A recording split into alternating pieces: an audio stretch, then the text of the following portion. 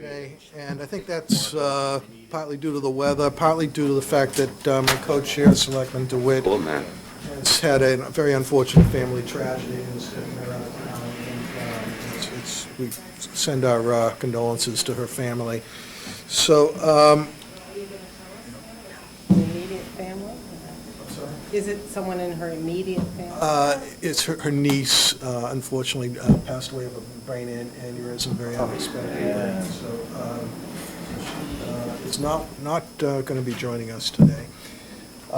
So that means that this is not so much as a meeting as a informal discussion. We won't be taking any votes. We won't be voting on minutes. We won't be making any recommendations. And but let's proceed and do that. I'm going to dispense with approval of minutes unless somebody has something glaring in the minutes that they'd like to have corrected for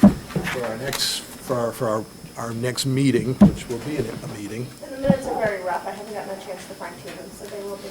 Yeah. By the way, I also was asked to announce that this discussion that we're having is being televised on Access Television, so hello to the viewing public. And let's just jump right in with the most recent draft of our regulations. And Patty, do you want to update us on Sure. what's been changed? Sure. So this is the conditions, the regulations we did a year ago. So these are the conditions on the license that we've been working on. And again, just to kind of reiterate for the public and for everyone where we are, the Licensing Review Committee is an advisory group to the selectmen. So whatever we do here is still going to get further review by staff and by the selectmen. And, they'll be informed by the application. So these are just sort of preliminary thoughts on conditions. We will have an application in front of us with a lot of information, and there could be, some fine tuning from there.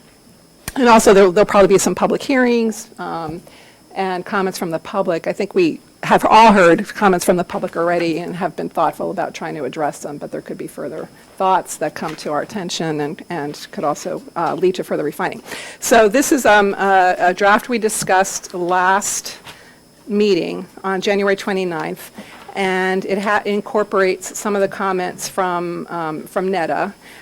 So on page 1, for example, there's clarification that violations of the law would be construed under state and local law, because we all understand that marijuana distribution is illegal under federal law. That's understood. And let's see, on page 2, we simply put in, at Chairman Goldstein's suggestion, a placeholder regarding appointments.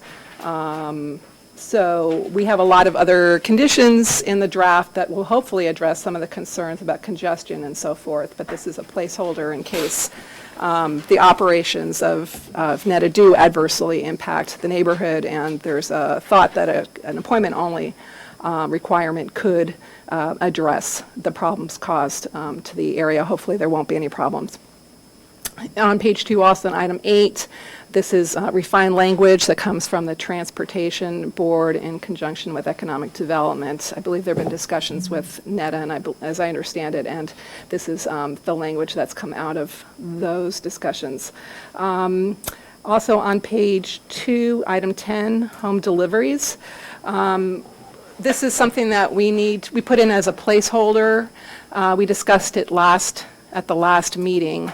The idea is, I think the town and NEDA would greatly prefer if deliveries could come from Franklin, but we're not clear on DPH's position on that right now. So we're still looking at that. We're waiting for some word from DPH, and this is included as a placeholder, and we'll see what DPH says. Just because it got raised last time, I want you to know that we did approach them and spoke to them a couple of times, including as late as yesterday, and they referred us to their lawyer, Kay Doyle, and so hopefully Kay and Patty will have a discussion. I'm waiting to hear. I don't know why it's a legal matter. I was just going to ask what's their issue? That's what we want to find out. I don't think they have their act quite together on that issue yet, and so they need to, but I don't know why it got put to the lawyers, but we'll find out soon enough. Yeah, we're waiting to hear. Do you want us to move comments to the end, or do you want a specific comment? Why don't I run through the overview, and then we can go to comments? Okay, I think on page 3, there was discussion about, Chairman DeWitt had raised a concern that, and I think also Mr. Balsam had raised a concern that the quality testing also conform with DPH requirements and protocol, so that's explicit now in item 16 and 17. I think, is that the main, those are the main substantive changes, let's see. Oh, okay, on the final, let's see, on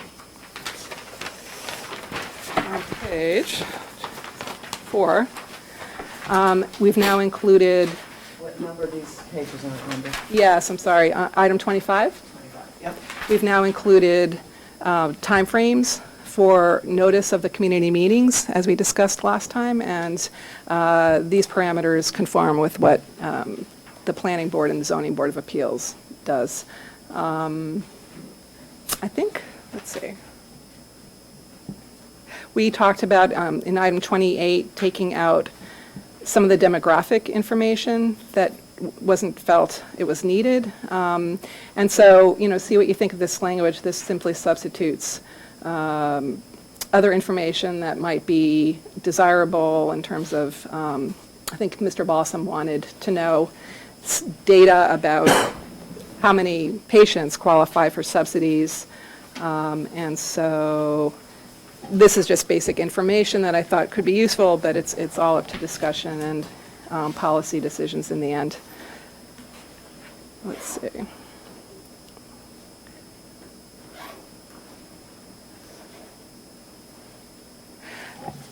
I think those are the main substantive changes. Good. Staff or board members? So I just had a question about condition number, I think it's 7. Let me just double check. So condition number 8. It says, the licensee shall implement and comply with the Transportation Demand Management Plan drafted January 20 and approved in its final form by the Director of Transportation Engineering, which shall include. And it talks about sheltered bicycle parking. Now hypothetically, let's say that it turned out that that was not possible. It really, shouldn't it be subject? Is this like mandatory that it has to be sheltered bicycle parking or they don't comply? In other words, shouldn't it be up to the final decision of the Director of Transportation and Engineering on whether that makes sense or? This language came from transportation in conjunction with economic development. So I don't know if anyone's here from transportation. For transportation. No, we had a whole meeting just on that line item after the last meeting. Oh, sorry. Why don't you come back? Just on that comment, and then you can continue. So we had a whole meeting just on the sheltered bicycle act. It's important. And the compromise that we reached was that we're going to say in the transportation demand management plan is that it's going to be a sheltered bicycle parking if it does not impact the project timelines. Meaning, if there's no impediment in terms of the overall process to do it, then we'll do it. But if for some reason it starts to trigger all sorts of processes, and now we're delayed by 2 months just because of an awning that we want to put in, then the transportation department actually said, don't worry about it. So. Yeah, well, that's what I mean. I think the way I would read this is there's no flexibility at all. I mean, I think they're going to be able to put in sheltered bicycle parking without violating zoning. But let's assume, as he said, that they needed zoning relief for that. And that's a process that takes at least 3 to 6 months. Are we going to hold up their license because of that? We should bear in mind that these regulations are going to be applicable to possibly other things that come along too, and then they may be in locations where sheltered bicycle parking is just impossible, right? These are not. These are conditions on this particular license. These are not the regulations. Oh, these are not, just- you're right, these are So these are conditions. applicable just to the site. Yeah, but they would be used as a model. They would be used as a model.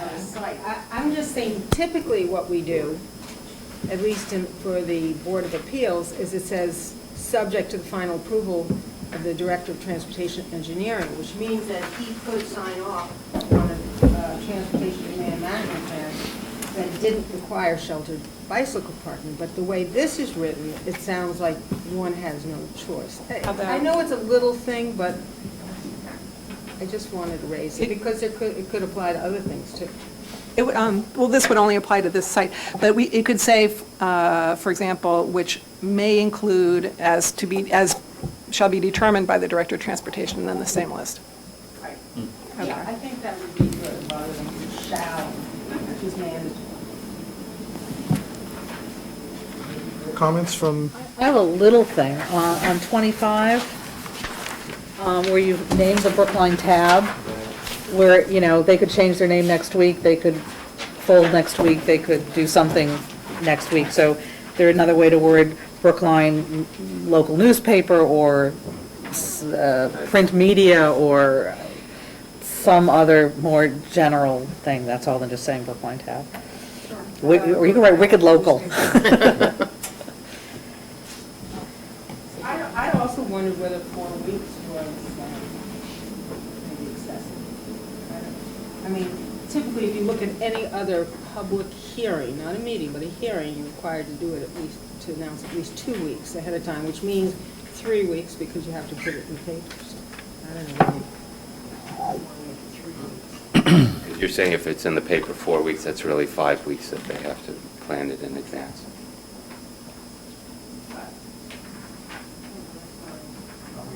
mimicking zoning on this, wasn't that the idea? Yeah, I mean, it's just to sort of get it to go in the paper in that window, whenever you. I don't think the first part, between 2 and 4 weeks, is fine, but then announced on the website at least 4 weeks in advance. Maybe that should be 3 weeks. I mean, it's kind of picky on it, doesn't really matter. Yeah, they got to do it 4 weeks in advance for the other things, so they're going to put it in the website. I don't No, think the it's- other is 2 to 4 weeks, so if it's 2, then it means they've decided 3 weeks ahead of time. I don't really care either. We'll figure it out, don't worry about it. Fine. Yeah, in reality, when you do these types of meetings, most people find out by email. We start doing these email chains, and people email other people, and that's how typically people get. Of course, we'll do the regulatory ones. 2 people tell 2 people who tell 2 people. Remember that commercial? I have a couple of comments or So questions. can we just, Remind us of number 9 again, too, this Well, one. not until we get are we leaving, I'm sorry, are we leaving 4 weeks and 4 weeks? Yes, please. Sure. So I remember there was a discussion last time about, we're going to have addended to this, the unredacted application that you made to DPH. And in going over that, I found a number of places where I think, I'm not sure that it's current. And what I think the way we left it was, it's kind of up to us to tell you what we want to know, as opposed to you to go through that and tell us where the changes are. And I want to just, I'm concerned about that, because as I went through the application, I realized that I'm not sure whether the application is current with your thinking. And I'll raise 2 issues that I'd like you to address now.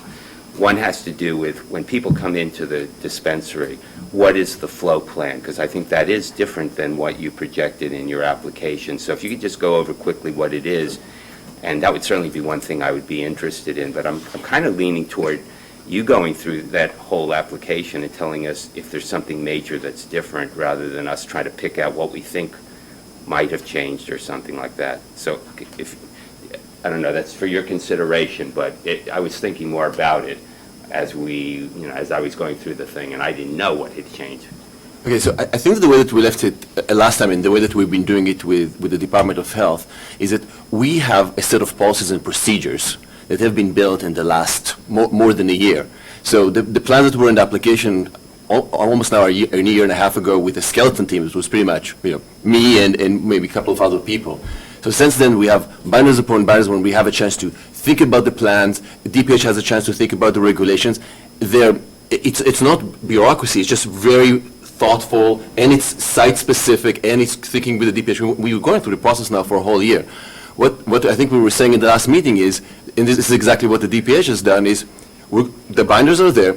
You can come into the Brookline site at any time and just sit down and review them. The only concern that we had was about submitting them because that's our intellectual property. So even the DPH, they're visiting now on next Friday, the Friday after next, like the fourth time they come in.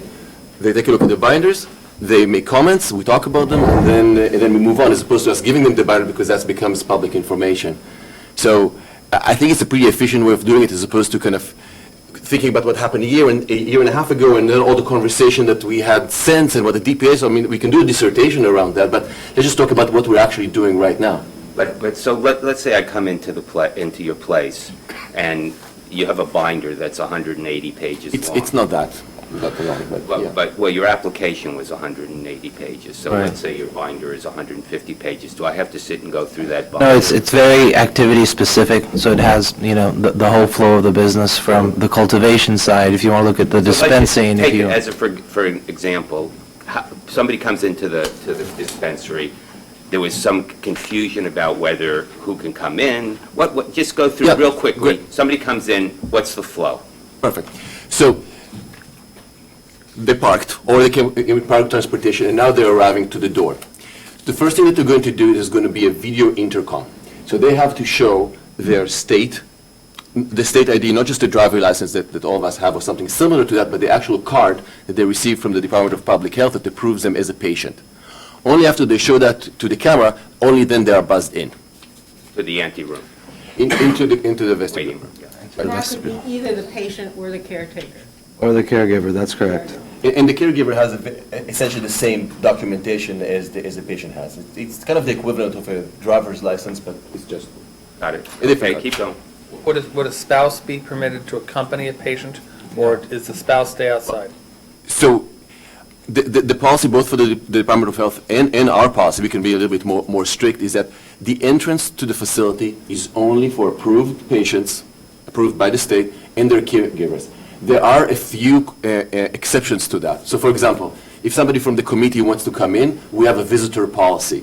So somebody has to be approved by management in order to come in, and then they get a visitor tag, and then they have to stick it on whatever they're wearing, and only then they can come in. And they have to be chaperoned the whole time that they're in the facility. Arnold, Yes. can a spouse be a caregiver? Yes. Yeah. So can the spouse as a caregiver come in with the patient? Yeah, Yes. they have the same, literally the same card. If and when they've gone through the process, they've signed up with the DPH, and they're issued a registry card. Okay, so it's not just the patient or the caregiver. If the spouse is a caregiver, they can go in with the patient. That's right. Right. Okay. And I just that- wanted to clarify that. 'Cause- Yep. And there are some unique situations, and this is an example of how things change. I literally had a discussion with Bismarck Vanunen, who's the head of the DPH, about what happens if there's somebody who's pushing a wheelchair.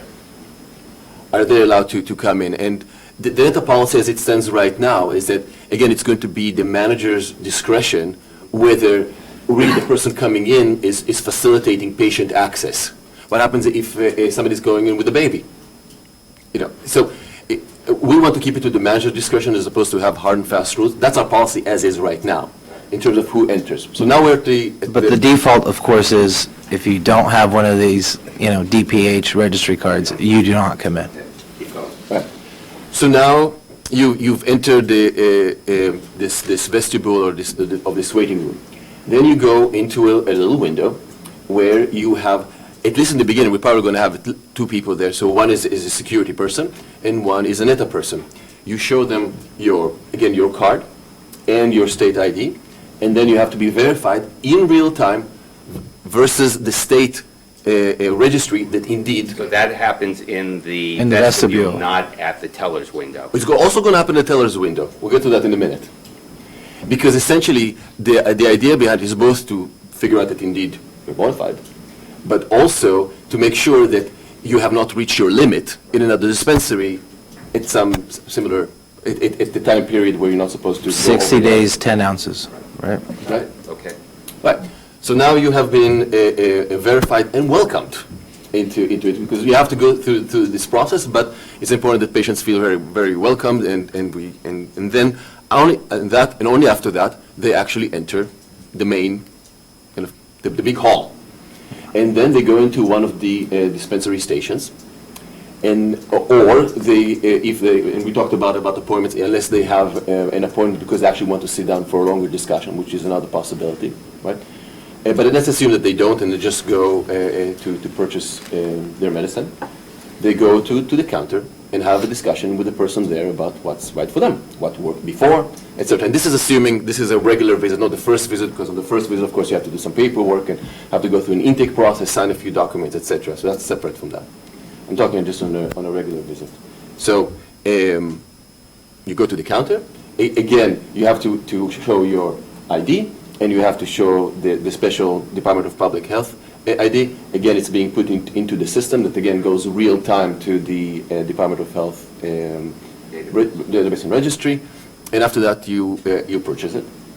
Put it in a childproof package, opaque, Okay, so that is different than what was in your initial application. So the way we would learn about that is by asking you or by examining your policies and procedures when we go in there. Yes. But we would not have that as part of the application here. Is that what we're and that's true on a variety of elements. We had a chance to think about it, to learn more from the DPH. And the application, you're right, was very long, but most of it was leases.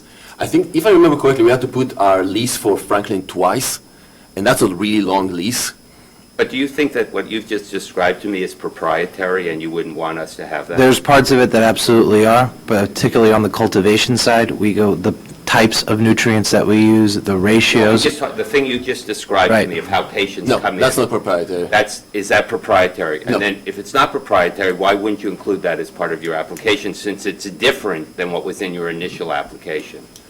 So what I'm asking for is, I want to know what's different from your initial application that you're going to do that's not proprietary. I don't want it, I don't want any trade secrets, but that's not proprietary, how people get in. So I think the easiest way to get to that is we can do two things. One, we can literally take, even it's going to take 15 minutes to go through our table of contents, which is very detailed. So you can see, there's a document for each one of these elements. And then you can kind of say, listen, I'm really interested. Let's do a kind of a Pikachu. I'm really interested in this, and that. It's 3 pages of table of contents, something like that. Yep, it's 9 sections.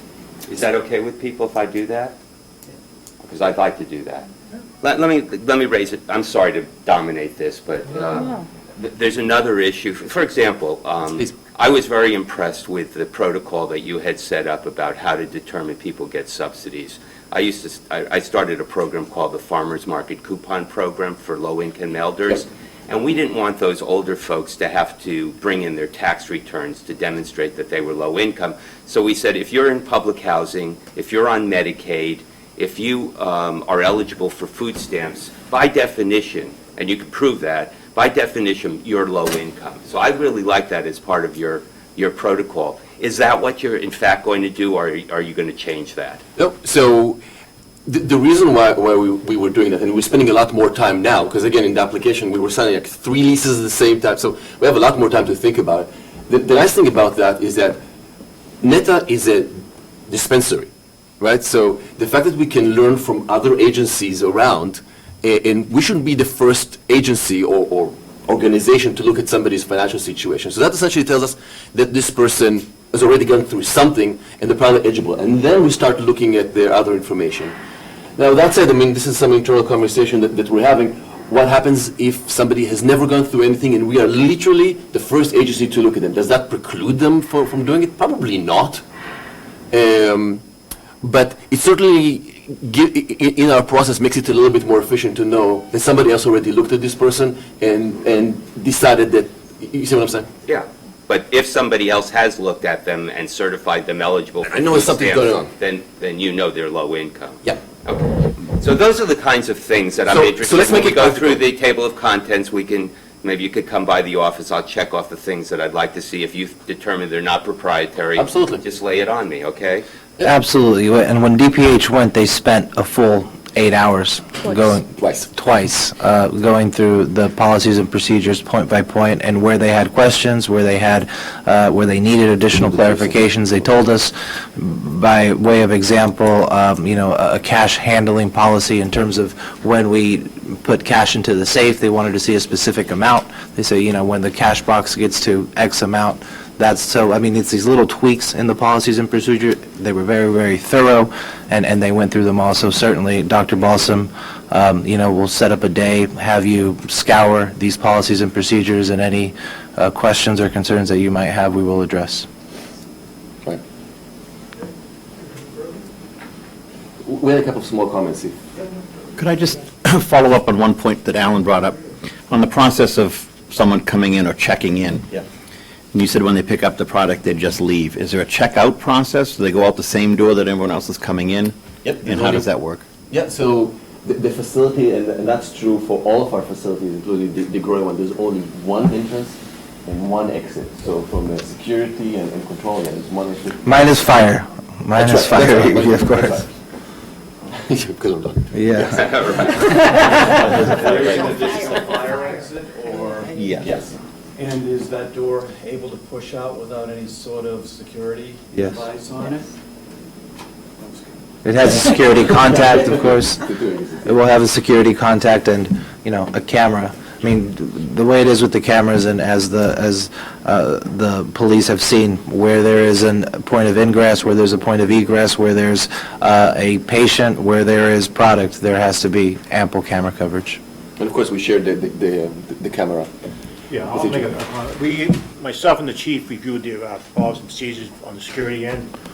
We basically signed off on those already. I had previously stated I went over the policies, previous location, some of them, these have been cut down somewhat, but edited, but basically still more than sufficient. We had a couple of questions on the exterior camera placements and coverage areas. They're going to work on us. We had a couple of conversations on some points during the discussions. The only thing we left besides the exterior cameras is a question on the cash handling policies. We haven't reviewed those yet, as far as internally how the money's going to be stored and how it's going to exit the facility. And the additional thing we have as far as a security measure, whether they do home deliveries and tracking of the GPS or whatever. So we're working on that. So there's 2 or 3 minor points that we still outstanding, but on overall, we signed off 95% of their policies. Both myself and the chief independently went over them, so yeah, moving along. Yeah, and even before I jump into this, because I think this is the right committee for this, so the Department of Health has visited our other location, Northampton, that, as you know, is complete. They always reserve the right to come for another visit, but for all intents and purposes, this was the final inspection. For that, they're going to have probably a couple of comments. They always want another security camera, and I think we're going to add another one there. And then when it comes to our Franklin location, we are also set in a couple of weeks to do the final inspection there, and if everything goes well with that, we will receive our final certificate of registration as it relates to the Northampton location with Franklin, but at least we'll be done, at least with one part of it, which I think you might find relevant. So the Northampton facility isn't actually open to the public because you don't have any product yet, is that correct? That's right. That's right. But from the moment, and this is important for anybody who wants to come and visit, from the moment that we receive the final certificate of registration, and we're going to be operational in about a week, so that's it. So anybody who wants to enter one of our facilities have to go through this visitor policy that I just described, has to be approved by management.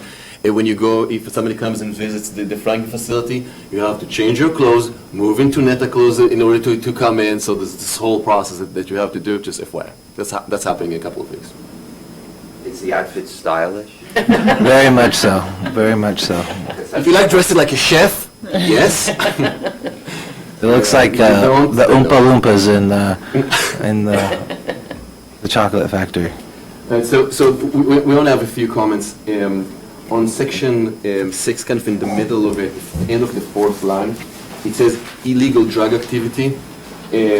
I think, again, it needs to say illegal, I guess it's illegal under federal law. Just to be consistent with 4 and 5. Because it is still illegal, what we are doing, from a federal perspective.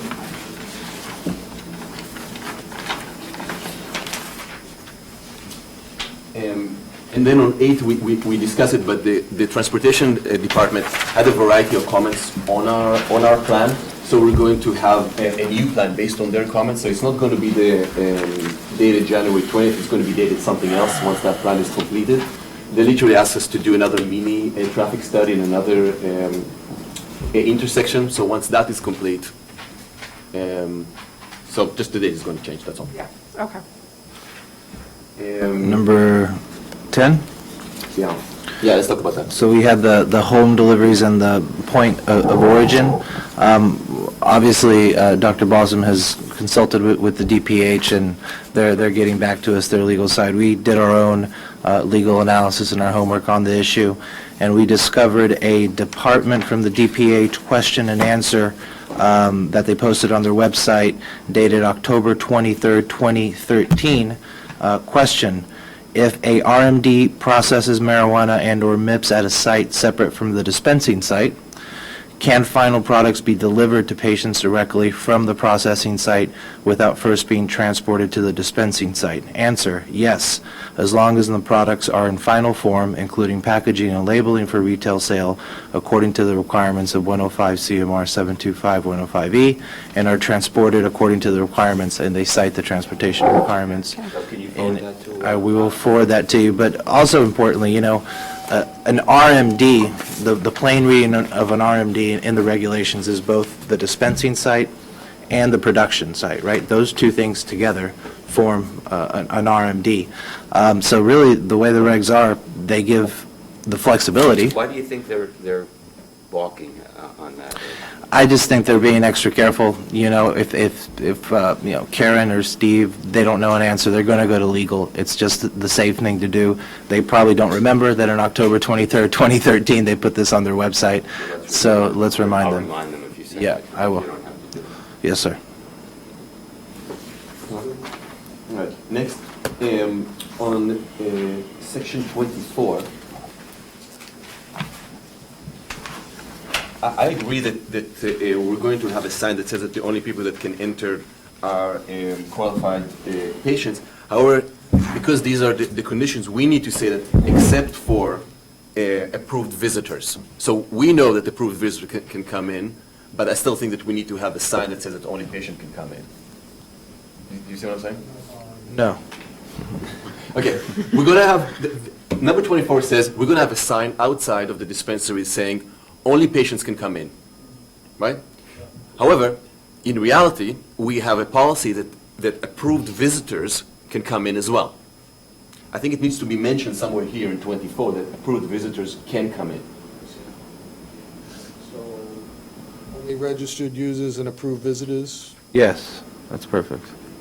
But Well, you don't this want to is- say No, that. I don't want to say it on the Not sign. on the He sign. doesn't want the sign to say that, he just wants everybody to understand. I mean, this really does apply specifically to the signage, so I don't. Right. Okay, It says, as long as everybody understands, I mean, post signage, saying you have to post the signage, saying that. Yeah, I think. For instance, the everybody- caretaker can come. Yeah, you just don't want this to We don't want to contradict the, advertise that approved visitors. Exactly. I think we'll leave it as is. And, and visitors 9 times out of 10 will be policy people, might be, maybe the media, might be, we also talked about the historical visit. historical visits.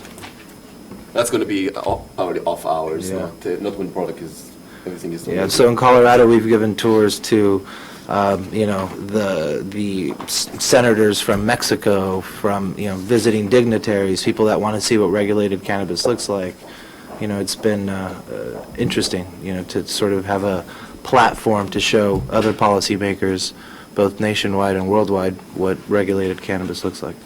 So I have a question about that. So as long as you've raised the issue, so will you be maintaining a log that would be available for inspection of persons who enter the facility as an approved visitor? Yes. Absolutely. And that's by regulation, by DPH regulation. Where in the regs does it say that? Do you know?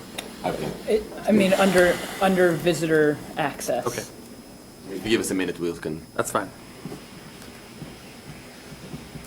All right, anything else? Yeah, I have a couple of comments on the actual application. I don't know if you.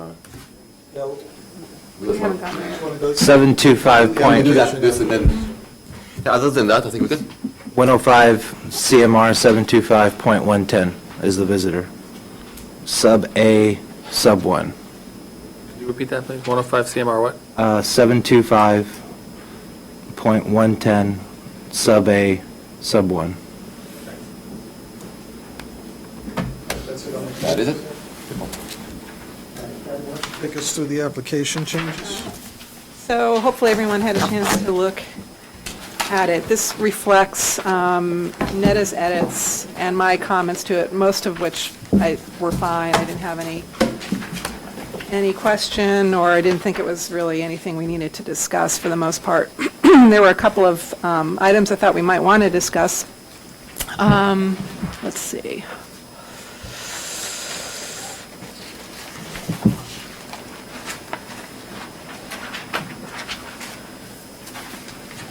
So I just was wondering if people had any thoughts on, let's see, 6th page. I apologize for not numbering the pages. There's a question about patient service areas. Which section is it then? This page, there's no number. No, it is, I mean, section 3 is organized, they're Or section 1, on the second page of section 1.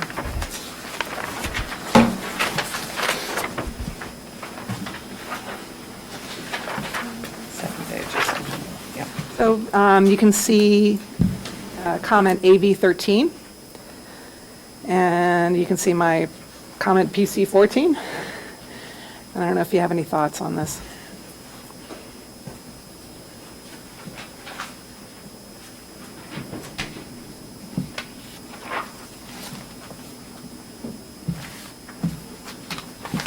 Is the question whether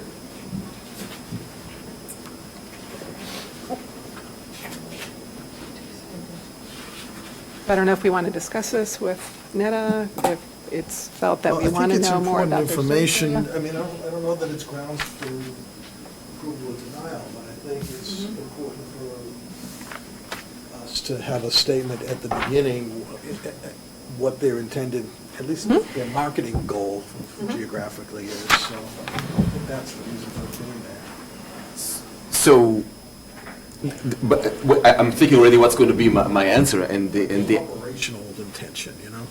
So, because by law, we have to, our service area is all of Massachusetts, so anybody from anywhere in Massachusetts, as I mentioned in the comment, can come in.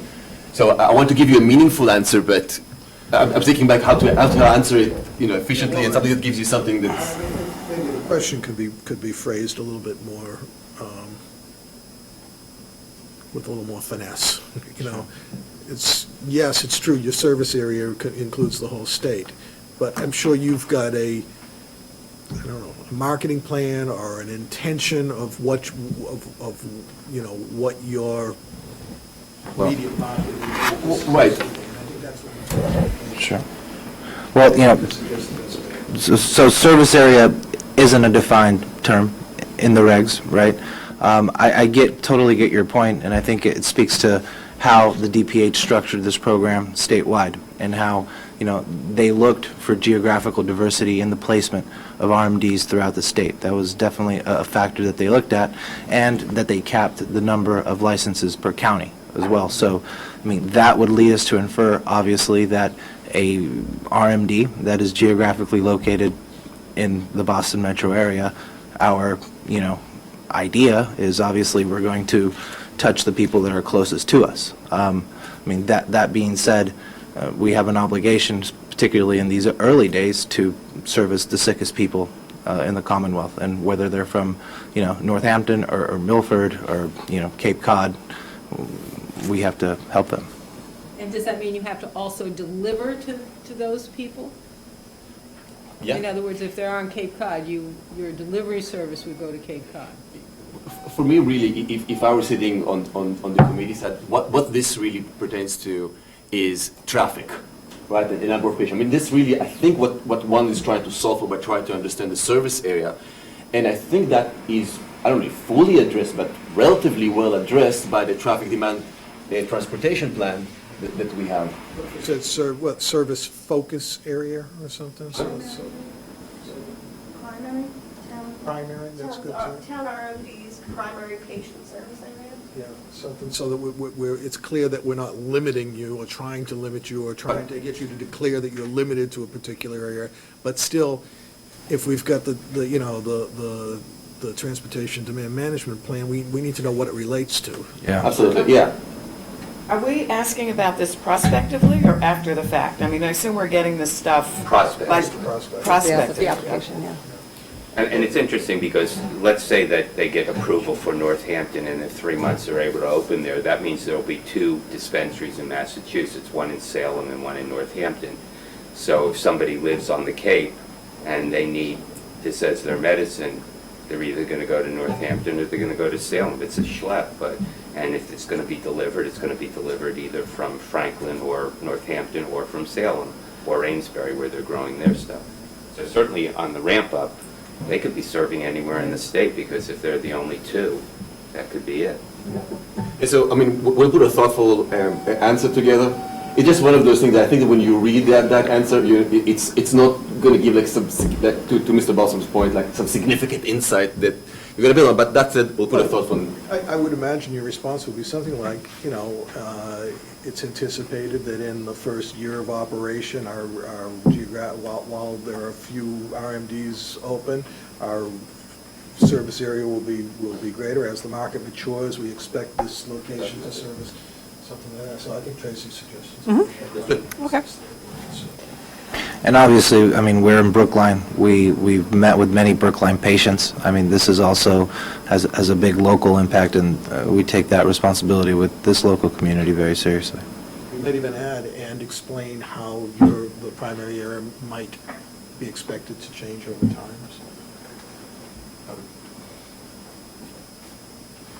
What else you got on it? And then you said AV 16? Yeah, I don't know if anybody has any further thoughts. This is something that we, AV 16, AV 17.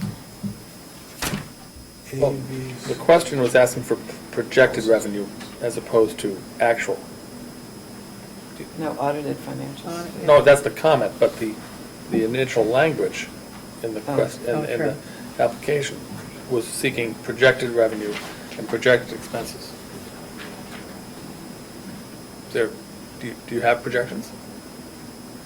They have it in their application to DPH, but we certainly want to see what they currently project as their revenue, definitely. So I wasn't sure why that was crossed out. That was Netta's suggestion, so I put it up for discussion. I mean, it was in their initial application, we need to see if it's been updated, and so I want to leave that in there, but I also want to include the audited financial statement, which is a requirement of law anyway. That would be with the renewals, if we get to that piece. Yeah, I mean, we talked about it last time. Certainly, we can do a revenue projection, but the town RMD expenses is kind of a weird thing, right? Because most of our expenses, so Neta is a Franklin company, right? Like that's where most of our operation is, where most of our employees are, most of our expenses are. It's not in Brookline, so I'm not sure how town RMD expenses is going to be, relevant, or what you're going to do with that information. We can try to break that out, but it's going to be a pretty small number relative to our overall operation. And I mean, the next one, in raw flour pounds, the projected volume, I mean, that really is the key metric that tells you, everything about the business. Well, I'd like to see it all, and then after the first year, we can go back and see, how far off we were. Yeah, I mean, you did it in your application. It must have been based on something. Of course, but what I'm saying is that when people are going to look at it, and I'm saying this, is specifically my role at Neta, it's going to send all the wrong messages because it's going to seem like, because this doesn't include taxes, that doesn't include 280E. Everybody familiar with 280E? Okay, well, you're asking for expenses. That's one of our biggest expense, right? So unlike a regular business, not only do we pay as much taxes as any other, even though we're not for profit, we cannot expense our costs in our retail. So typically, you have your revenues minus your expenses, and then you pay taxes. We have our revenues, we can deduct our expenses, and we pay taxes. That's how it works. So all of that is not included in here. So, Well, you include it then. You can include it if you like, if that makes it clearer. Well, you expect to have 2 at the end of the day, you expect to have 2 dispensaries, correct? Right. Here in Northampton. And presumably, you have projections about what type of product volume is going to be Right. ultimately sold out of each location. Why isn't it as straightforward as saying if hypothetically, if you expect to ultimately dispense half the product volume in Northampton and half here, then you could logically split the expenses associated with Franklin half and half. Half go to Brookline, half go to, that would be a more true measure of revenue versus expenses, would it not? One can calculate that way, yeah. Or, I mean, you said last time that you're going to have patients basically assigned to either Northampton or Yeah, so Brookline. So you then prorate it. Can you- based on on some of this legal advice that we were looking at. So yeah, so some of it can actually come from Franklin, and then they're not necessarily going to be assigned. So if you're homebound, the whole point of home delivery was for homebound patients. Homebound means that you never actually go to the dispensary, because if you can go to the dispensary, then you should get it from the dispensary. You don't need the delivery. So there's going to be some patients, but it's going to be a small percentage. You will have some patients assigned to Franklin? I thought, is that consistent with DPH's? If you have a home-delivered patient, Yes. they're going to have to be assigned to either Northampton or to Brookline, is my understanding. Let's take that offline, because I don't know, that the DPH, I don't think has even cared until now about the assignment. You just want to make sure that there's patient access, that they receive it using all the protocols, that we know that who they are, etc. The way that the regs are written, there's nothing about assignment, but let's take that offline. Regardless, for this specific issue, it's a smaller topic. And my general question is really the point of this licensing committee to go down to the details of everything that we do from a financial perspective? Is that, I mean, what's the kind of the public element, like, why are we doing all of this? There's a public interest in knowing about this business that's going to be here, right? So you disclose that information to DPH. This is just updating certain of the information that you've already disclosed to DPH. Why do you think DPH wanted to know? Well, I think the DPH probably wanted to know because, I'm not sure. Well, first of all, it's a best guess, and what they were trying to do is understand whether you had done your homework on the medical marijuana business, remember this was a competitive process, so people turned in, competing bids, and so they part of the analysis is, did you properly look at the Massachusetts market? Did you properly look at the adoption rates of patients throughout the state? Have you priced out, both on the cost of goods side and on the cost of sales side, what this business is going to be? So for them, it was, a way of finding out whether or not you had actually done the homework around the financial projections of this business. Sorry? I put a slightly different spin on that. Okay. Let's call it what it is. I mean, the drug trade has been enormously profitable in the black market for a lot of years. You guys are nonprofit, you're doing this right, but I think that the public has an interest in making sure that this is not, following the same black market economies that illegal drugs have in the past. So I think there's a very substantial public interest in understanding the economics of the operation. I understand, but then when it comes to expenses, I mean, we're starting going down the path of, we're going to be giving money to, obviously, to taxes. There's also foundations and one, of course, one in particular that we're supporting. So the expenses thing, we can give you certainly a number, and then you'll have our audited financial statement, but that's something that we can spend a lot of time on and try to understand exactly how the finances work and how and all that kind of stuff. Is that it's a meaty topic when it comes to expenses. Understanding 280, how taxes work, all of that. Well, we have a lot of confidence in you, Arnon, because we know you're a very savvy business person. So we have confidence that you're going to be able to explain it to us. You're going to have to figure out those numbers anyway. Oh, I mean, we have it, but just, do you want to spend the time actually going through all of our, That's up to us. Yes, we do. I mean, complex stuff, all right. So how about we do this? Projected town R&D expenses, if you can give me some flexibility, I don't know, there's one line there to just explain it a little bit. Explain it. So if it's going to be more than one line, it becomes a paragraph, that's okay, right? More than okay. And remember, it's not just the town RMD expenses, right? It's RMD expenses. Prorate, Yeah, you can prorate it based on your volume, just like you did in your proposal to DPH. You had what you projected for Northampton in the Northampton proposal, which we went over yesterday. And we have the Brookline proposal, and those two are not equal. You projecting more here than you did in Northampton. I assume that you're still going along that same track. So if you want to prorate your other expenses based on that, whatever whatever you think is right. Okay. But And just for give us home something. delivery, obviously you know if you're delivering it to Brookline or not, so. Well, that's true. But I believe, I'm curious what you're going to say offline, but, because I'm not sure what that means, but whether people are just going to be able to be assigned to, if you do home delivery for there, whether if someone's exclusively a home delivered client or patient, whether they can be assigned to Franklin. I don't think so. I think they're going to be assigned to a dispensary, but I might be wrong about that. Yeah, we'll talk about that. And by the way, from this perspective, home delivery from that perspective, like homebound, it's going to be a fraction of what we do. And considering that this is a projection that has plus minus, X%, it's not going to be on even a blip on the radar. That makes it a little easier. Yeah. Provide what you're comfortable with, and to the extent that we don't think it's sufficient, we'll ask for more information.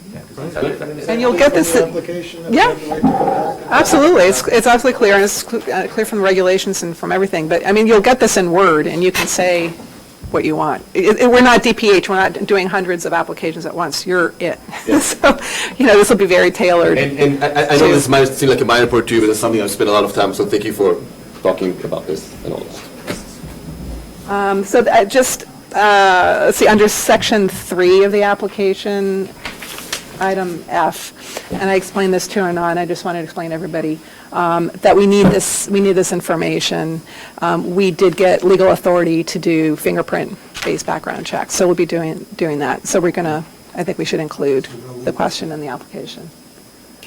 So how does this relate to the actual background check process? Because it seems like kind of a separate item, like we need to tell you if there's any.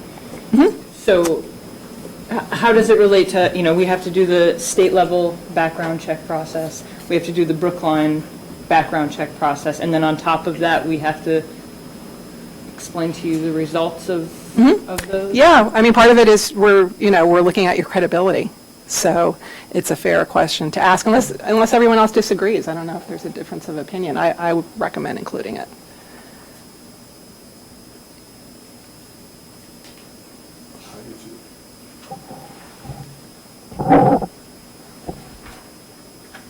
Well, don't we do fingerprint checks on ice cream vendors? Yes, we do.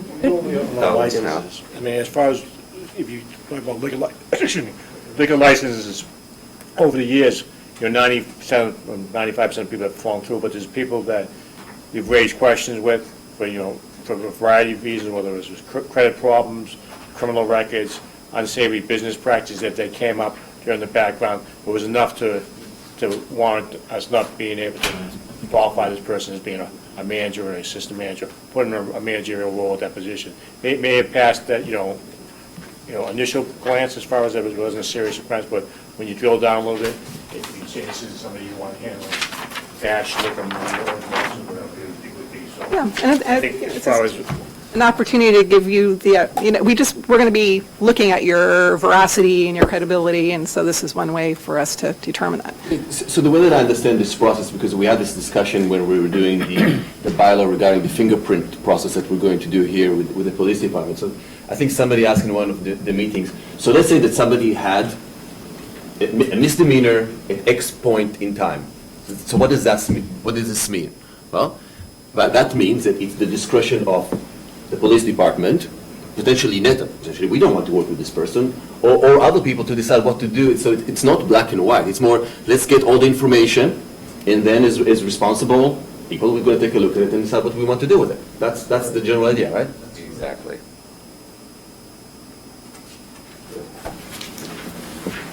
Let's see, under section 4. Before we go off of section 3F, so Does misdemeanor include a traffic infraction? You mean misdemeanor? Would that include a traffic Yes, infraction? yeah. You could be arrested for, say, operating after suspension because you didn't pay your excise tax. That's a misdemeanor. What about a non-arrest, moving violation? No, that doesn't, no. There are, those are civil violations, and in mostly is all speeding, 90% of the traffic violations are civil infractions. I mean, unless you hit somebody. I understand. It rises to a different level. Right. So it's gotta get over a certain level of severity before it gets to the level of being a misdemeanor. Yeah. Civil versus criminal is the... You don't Anything get on- arrested for going through a stop sign, unless there's something after that fact. Anything based on fingerprints would have to be, arrest would have to be involved for us to have that. On the other hand, if you block the box, that's what makes you subject to arrest, or should. Well, on this point, yeah, obviously, you can't have, per the state regulation, a felony drug offense, right? That's one of those things that it's just a disqualifier right off the bat. And generally, crimes of moral turpitude, fraud, this sort of thing, the DPH is going to look at that very, very carefully. What I've seen in other jurisdictions, sometimes they put a time, limit over the last 7 or 10 years. It can be very open-ended if it's somebody that's 40 or 45 years old. So just something to consider, but I have seen, time limits of 7 to 10 years or... So the board's been doing this a long time Yeah. with liquor licenses, as you know. And I don't know if Mark can give you some data on the kinds of disqualifying offenses. It's I don't know, Mark, do you have data about the kinds of Well, disqualifying? as far as, you could have like a misdemeanor as far as someone has a history of stealing. Say somebody worked as an employee, it could be a theft, you would charge with a larceny under, which is a misdemeanor, but that shows integrity problems, going forward. I mean, usually we do, what the people are arrested for may, be pled down some else. You may want to look in the backgrounds, the back facts of what the case was really actually about, besides what they got, charged with or what they convicted for. So when you take the whole background portion of the persons and we give it to the selectmen of the report, whether we recommend them, it depends on, a variety of things. There's no, the statutory disqualifications, fine. It's the other ones when you have these other issues, whether it's somebody was, shoplifting, recently, but if it was like 10 years ago, they were a juvenile, they might have a record, but that would be a disqualification. You have to take the whole package. It goes with their employment things, with their, with their criminal record, even as far as, I guess if we come up as far as a variety of credit checks, sometimes when you do a little bit more, it leads to something else. So we give the whole package as far as who this person is and what they represent. Driving convictions and records are important when it comes to our liquor licensing procedures. They're probably something we're interested in. Right. Scott, I mean, I don't know if the statutes, as far as the state, but say you have less than, illegal possession of less than an ounce of marijuana, it's a civil offense here. But if somebody has that on their record at all, they're not arrested, but I would guess that would be something you'd want to, should be disqualified them as being a manager there. I'm not sure about that. No, I was going to say the exact same words. I'm not sure that that's... I think President Obama would probably be disqualified from working at the dispensary. And Bill Clinton, for that matter, too, and Jeb Bush, actually, as well. But we Just to be digress. nonpartisan. George, All right, on that note, can we talk about, George Bush was arrested for drunk driving, though. He'd be what disqualified. if I just on that said, basis. Tracy, stop moving taking along. notes here. On item 4 at the bottom, under, let's see, I. Netta proposed deleting the logo and advertising and marketing materials in terms of getting depictions as part of the application process. I assume that's something that the board would want to see as part of the application process. And I don't think it's proprietary or confidential. I'm going to retract that. It's provide accurate depictions So for full disclosure, we're not planning to do any kind of advertising or marketing or anything like that. We're going to have PSAs. We're going to have educational materials. We're probably going to announce the store is open or, changing process or things like that. But and we're going to describe that under section I. So I think. Okay.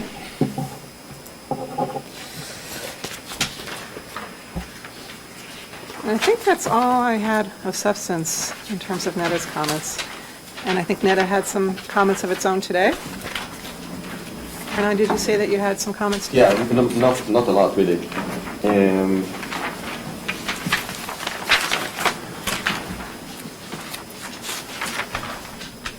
It's really just maybe one and a half comments. So on section 5, we have the language that we have right now. You put, thoughts. I don't know if you want to revisit that on the make available versus submitting.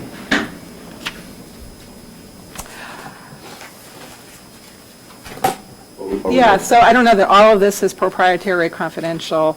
Netta suggested this list as something that we go see at their premises rather than asking for as part of the application.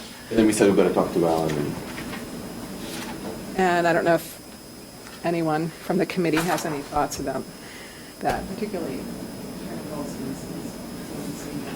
or anything here that you'd like the board to get as part of the application.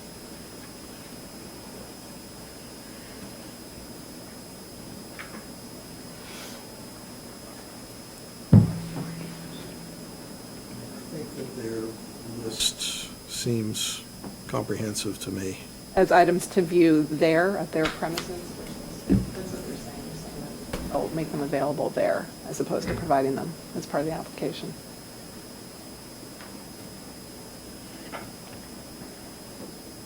Well, there's some that I'd like to see. You're welcome to see, absolutely. Isn't the question whether or not they should be made a Right. part of the formal Right. application That's as correct. opposed to? That's Okay. correct. And in the public record. Right. And if it doesn't impinge on their, right, then I may want to see that. So, For example, yeah. emergency preparedness plan. I'm not exactly sure what that means, but I think the fire department might want to look at their emergency preparedness plan. But the question is, are you willing to go there to view it? Or do we want to ask for the document as part of the application? It's really important for us, and this is why, again, the Department of Health continues to travel to Franklin to just review it. They never take a piece of paper from us when it comes to that. They don't want it, because the moment that they do that, it's foible, and then they have to go through a process around that. So we already went through a process with the police department to indeed do that. We'll do the same thing with Mr. Bossum, and then we can do it with other departments, where we can come, we present it, we can do it anywhere in Brooklyn, or it could be in our location. We just don't want to submit it. Okay. Good. I'm studying the list to see if there's anything that I think does not qualify for that treatment. Staffing, training, quality control, marijuana disposals, about security procedures. While you're looking at that list, and then I ask you a question. You have here a NETA patient handbook. As part of the staffing plan, does NETA have an employee handbook? Of course. Of course. Is that part of the staffing plan, or is that? Okay. So I don't know if security procedures or transportation procedures. So security procedures, placement of cameras, placement of doors, they have schematics in them. I mean, this is something that we do not want in the public domain. Wasn't it written to go to the police anyway, directly? Yes, they gave us a Yeah. copy, we reviewed it, myself and the chief, we gave it back to them today, actually. Mm-hmm. We don't have a copy on file, we just read it, you approved it, signed off on it, with a couple of caveats as far as they're gonna get back to us. Like I said, 90% of it's been checked off. Yeah, so that's already Yeah, I taken think But care that's of. the kind of process I want to have. Okay, all right, that's fine. How That's about fine. transportation procedures? Why would that not be in the public domain? Well, it's coming, I guess, on the security, which That's part right. and parcel with the security procedures as far as that, Like home delivered and stuff, maybe. And the transportation procedures were included in the submission to the police department as well. I'm okay if they come and let me see them, and then I don't have it part of the application. I just want to see it in advance. I don't want it to be, we grant them the license, then I go over to their place and have to look at their stuff. I want it to be beforehand. I guess members of the board could choose to visit, right, and review all- Absolutely. Anytime, or we could come to you with the plan, Owners. just like we did the police department at any time. But would it be possible just to leave this one issue open Yeah. and subject to Alan going over and reviewing it? If there, speaking for myself, if he saw something among the procedures that he felt quite strongly ought to be part of the application record, I'd want to hear about that. But if in Dr. Balson's discretion, he thinks it's fine, it's over there, it's accessible. Yeah, so why don't we leave it as is for now, subject to revisiting if Can I just, necessary. I'm just This going is to a- push back just to tell me on that, because I think that you're covered by the fact that it says that you can ask for any and all information. I like to close things and then move on, because this is kind of a big one that's, stressing a management team because of the IP. You have something that covers you for that, and you can ask for any and all information at any point. Yeah, well, we're keeping it in, and then, Yeah, you we'll and I do will that. have a Okay. conversation at the office and at the next meeting, or before you make your final recommendation, which won't be too far down the line. I'll let you know if I have any issues. That's all. And then my half comment, which I think is obvious, but I just want to state it for the record. We had this issue of potentially a loop where we don't receive our certificate of registration, then have to do the last thing. I would assume that what we really try to solve for is that we're generally in good standing with the Department of Health. I think that's what we're trying to solve for. I assume that the fact that we're going to receive the Northampton certificate of registration is probably good kind of proof around that. I would assume so.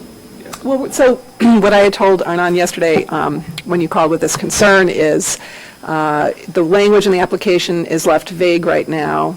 Such proof of acceptability DPH as the town will determine, because we spoke with DPH. They assured us, we'll figure this out. We're not exactly sure what that's going to look like. And so, this is it'll be addressed somehow. We don't have any doubt it will. Yep. But we just, this document is not final right now. It's going to evolve some more.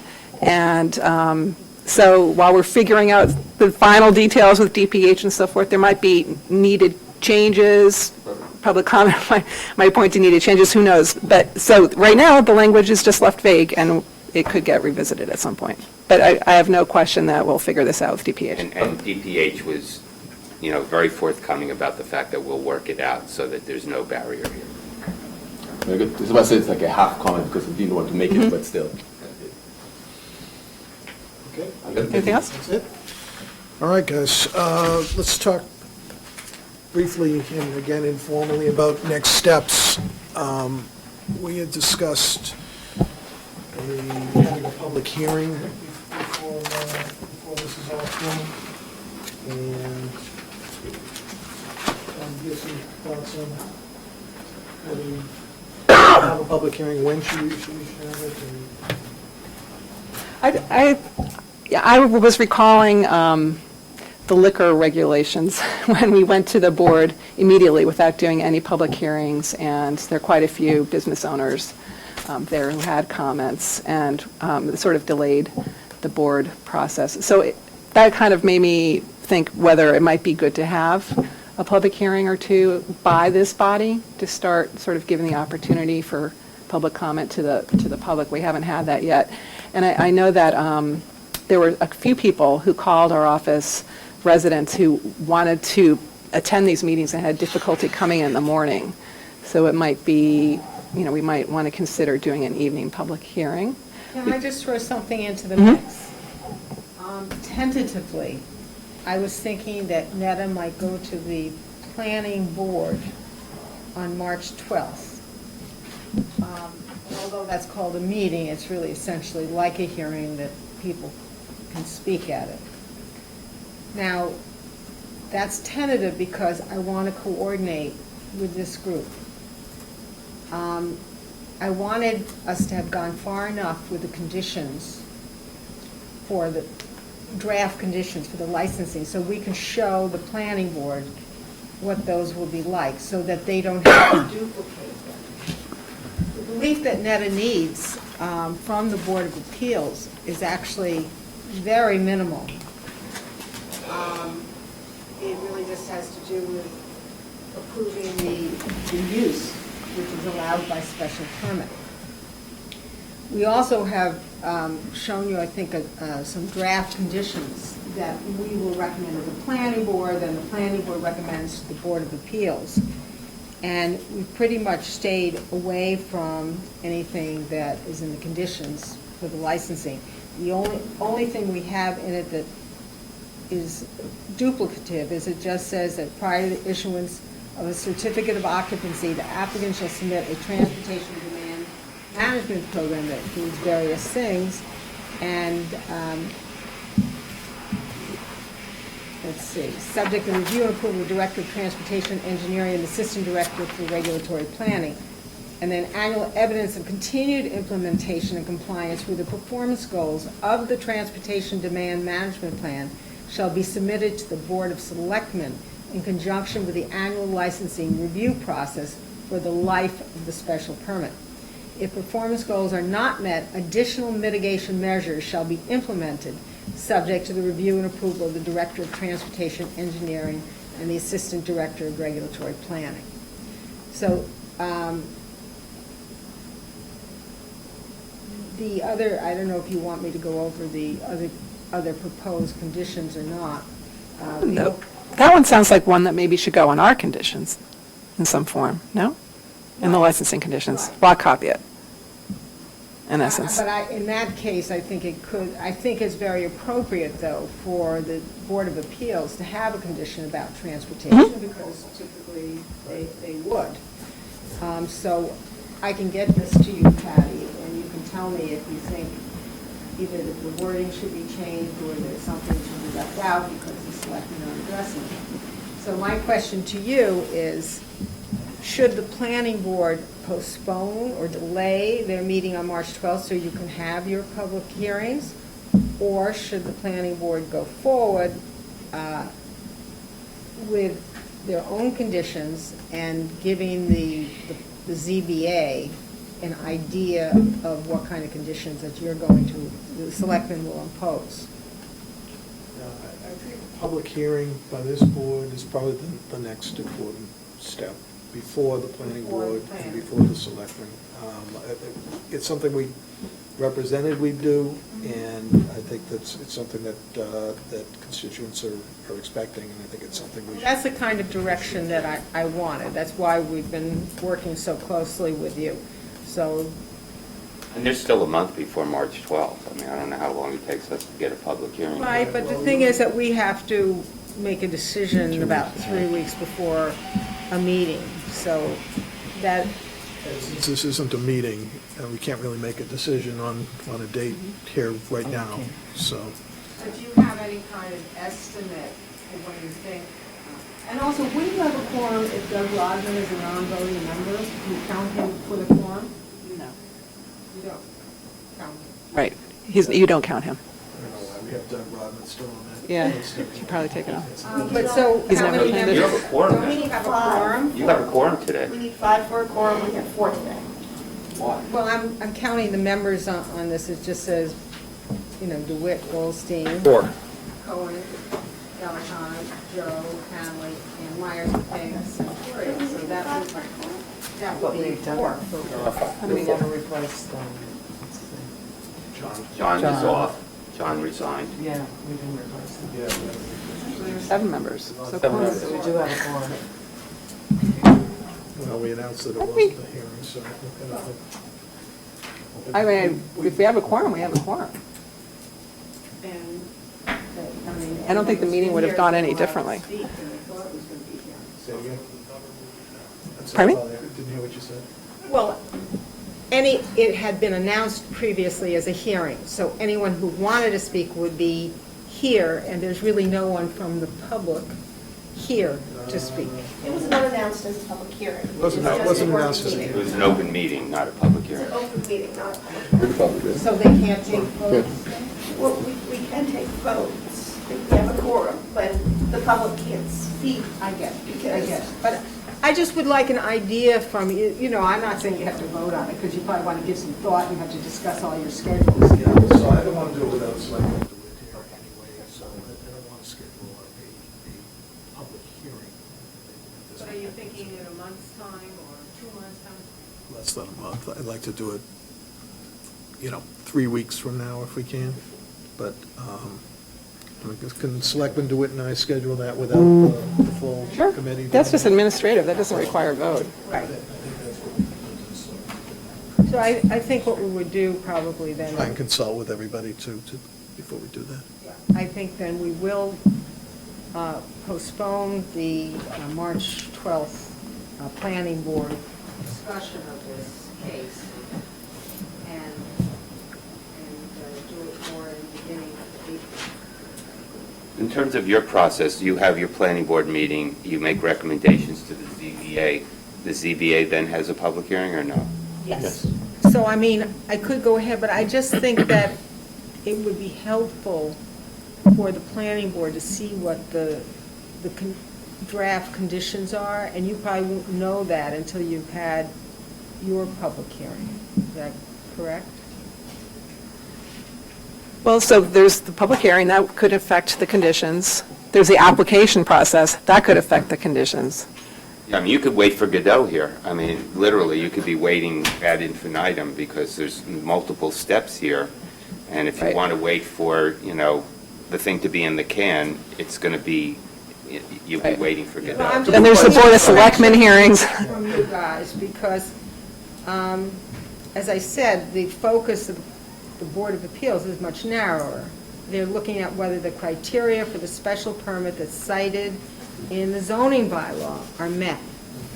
And that's spelled out pretty clearly for an RMD, and so far, from what I can see, those criteria, would be my opinion that the criteria are met. So I could go forward, but I want to work with you guys, and I'm looking to advise you. I see a reason why the plan, is it the ZBA has to do this? Well, the ZBA then wouldn't be scheduled April. It's the If we same. do March, then It's it the would be same same zoning procedure, relief procedure as normal, where the planning board is advisory and the ZBA is. And- I don't see any reason why the planning board can't begin their process now. And the planning board may well want to have 2 meetings, And so we've left time before the Board of Appeals tentative hearing date to have 2 planning board meetings if necessary. And then they would go to the Board of Appeals in April. I don't see a problem, even if the special permit process is completed before the licensing process for the selectmen. I think we had always assumed, and you can correct me if I'm wrong, that in fact, the special permit would precede the licensing. But I wanted to wait until we were far enough along with all these discussions. So when we'll have a public hearing, we'll figure out when we're going to do that. The conditions may have a change because you and I will discuss your special permit conditions to see whether anything from your list should go into our conditions in some fashion. Right. The one you Or just if any read of them sounded are like, conflictual. pardon me? And to make sure none of them would be Mhm. conflictual with what you're intending to do. And so the draft that goes to public hearing could be slightly tweaked based on those discussions. Okay, everybody okay with that? All right, any other business? Does anybody want to, do you want to vote get one round of minutes out of the way from December 11th? I want to be consistent with my earlier statements if we can avoid it, so.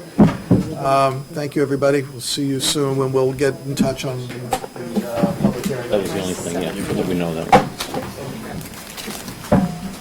The group going into action. This Friday, midday.